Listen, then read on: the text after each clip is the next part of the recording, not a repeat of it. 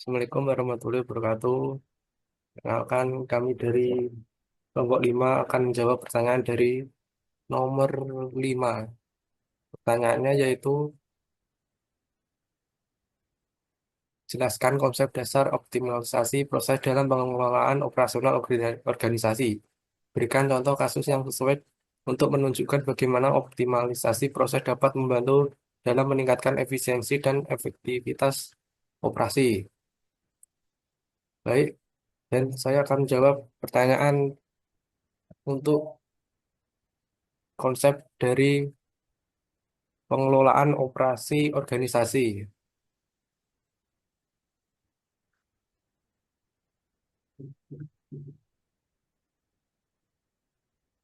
Konsep dasar optimalisasi proses dalam pengelolaan operasi organisasi.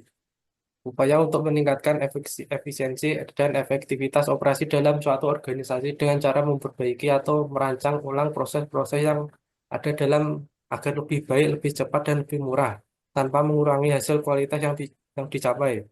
Beberapa konsep dasar optimalisasi proses adalah yang pertama yaitu identifikasi proses yang tidak efisien, proses yang memakan waktu terlalu lama atau memerlukan banyak langkah yang tidak perlu.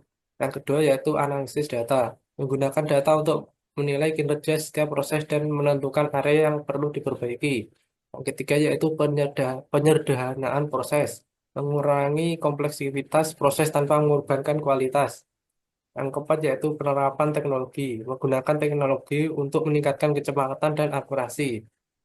Yang kelima yaitu peningkatan berkelanjutan. Proses optimalisasi harus dilakukan secara berkelanjutan untuk menanggapi perubahan kebutuhan pasar atau kondisi organisasi. Selanjutnya, di sini saya akan memberikan contoh kasus optimalisasi proses. Di sini, contoh kasusnya yaitu optimalisasi proses di perusahaan manufaktur. Misalnya, sebuah perusahaan manufaktur memiliki proses produksi yang melibatkan banyak langkah seperti pemrosesan bahan baku, perakitan, pengecekan kualitas, dan pengemasan.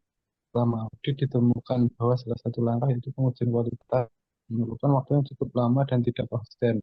Beberapa masalah yang ditemukan adalah yang pertama, yaitu proses pengecekan kualitas secara manual membutuhkan banyak tenaga kerja dan seringkali terjadi kesalahan. Yang kedua, yaitu pengujian di beberapa tahap yang menyebabkan waktu tunggu yang lama. Yang ketiga, beberapa produk yang lolos sudah pengecekan kembali mengalami masalah.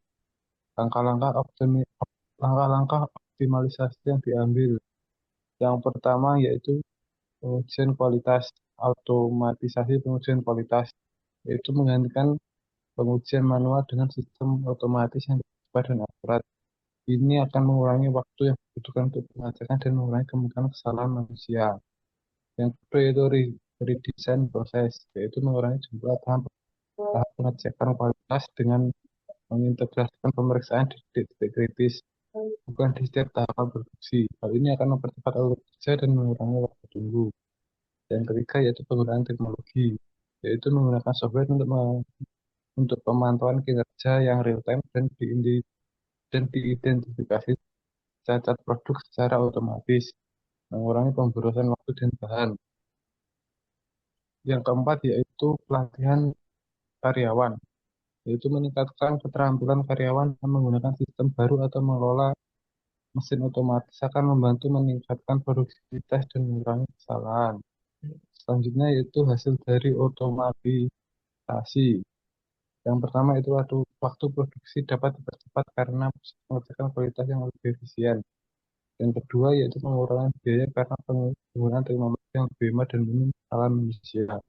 Yang ketiga yaitu meningkatkan kepuasan pelanggan karena produk yang lebih konsisten dan pengiriman yang cepat. Cukup sekian presentasi dari kelompok kami. Bila ada kurang dan kesalahan kata, mohon maaf. Wassalamualaikum warahmatullahi wabarakatuh.